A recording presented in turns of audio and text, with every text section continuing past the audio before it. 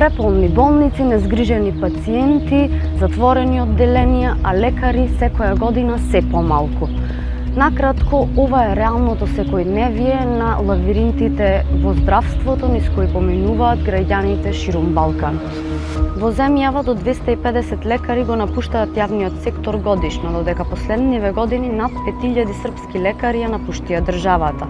Во Косово стотици млади лекари се уште се невработени, додека во Албанија речиси 40% од лекарите сакаат да заминат. Ниски плати, преголем обем на работа, лоши работни услови и недостаток на можности за кариера се најважните причини за екзодусот на белите мантили. Тука и цели одделенија се гасат поради недостиг на кадар. Во Босна физичките напади и правната несигурност ги наведуваат специјалистите да си заминат.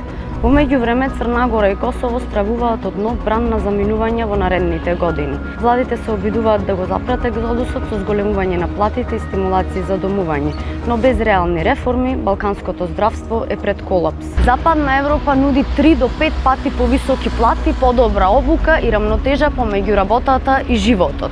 Ако овој тренд продолжи, клучното прашање е дали воопшто ќе има некој да ги лекува овие пациенти и да се грижи за нив.